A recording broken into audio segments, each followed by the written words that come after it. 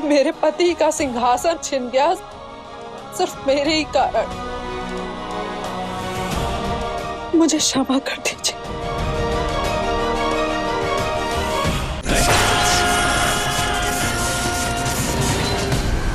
क्षमा कीजिए इंद्रदेव, किंतु हम इसमें आपके साथ नहीं हैं।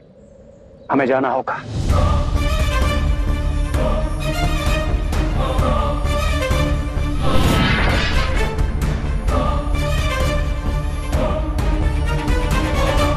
लगता है युद्ध आरंभ होने से पहले ही माता की हुंकार सुनकर भाग गए। नहीं गणेश, ये समर्पण की शांति नहीं, छल की चीख है। शिव शक्ति से छल? सामने चाहे जो हो, असुरों ने सदा छल का साथ दिया है। कार्तिकेय,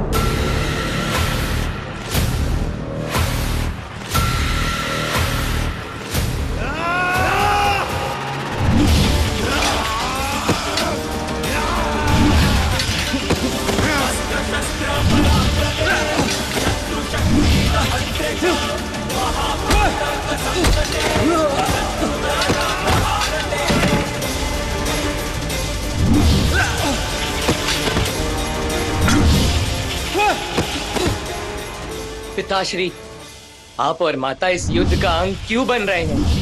ये मेरा युद्ध है। इन असुरों पर मुझे तनिक भी विश्वास नहीं। सदा छल का साथ दिया है इन्होंने। जानता हूँ पुत्र, इन असुरों के छल को भी और तुम्हारे बल को भी, परंतु जानते हो, कई बार एक साथ किया गया कार्य अकेले किए गए कार्य से अधिक प्रबुद्ध होता है।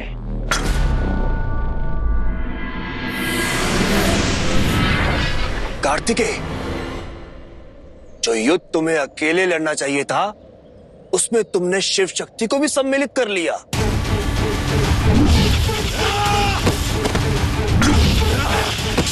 माता पिता की आड़ में ये युद्ध तुम जीत कर भी हार जाओगे। माता पिता के आड़ में नहीं, उनकी शरण में आया हूं मैं। उनके आशीर्वाद से ये युद्ध लड़ने आया हूं।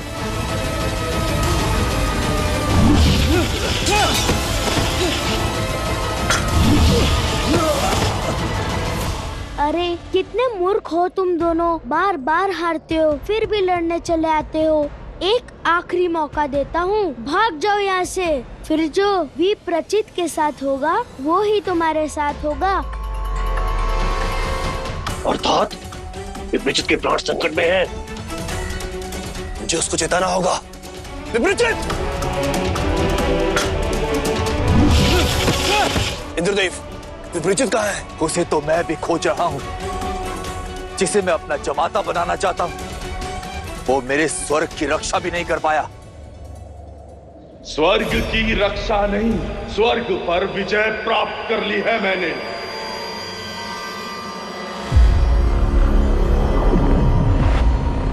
असुरराज की, असुरराज की, असुरराज की, असुरराज की, असुरराज की।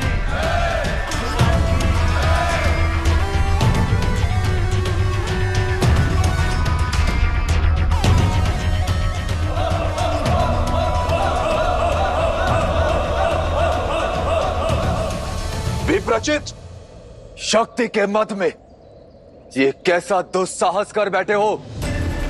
सामने आओ, देवराज इंद्र के समक्ष आओ।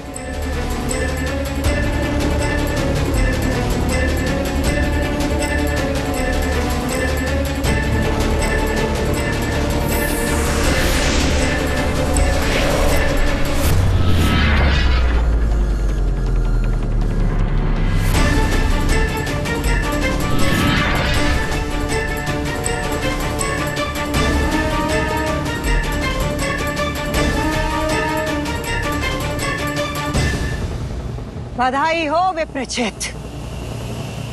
स्वर्ग अब हम असुरों की संपत्ति हुई।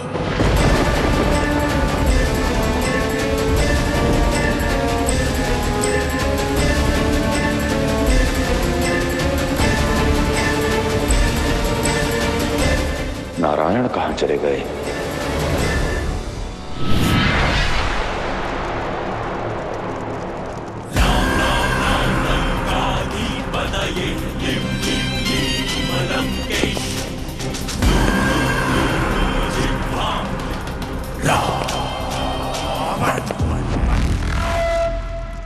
तुम्हारी मति भ्रष्टों को ये देते?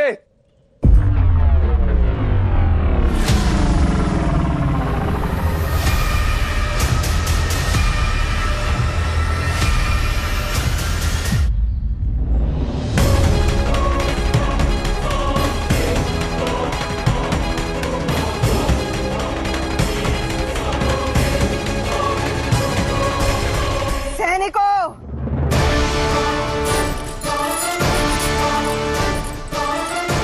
पिताश्री,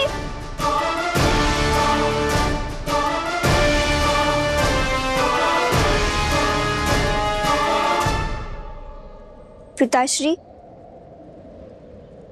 अब तो आप समझ गए ना कौन आपका अपना है और कौन पराया।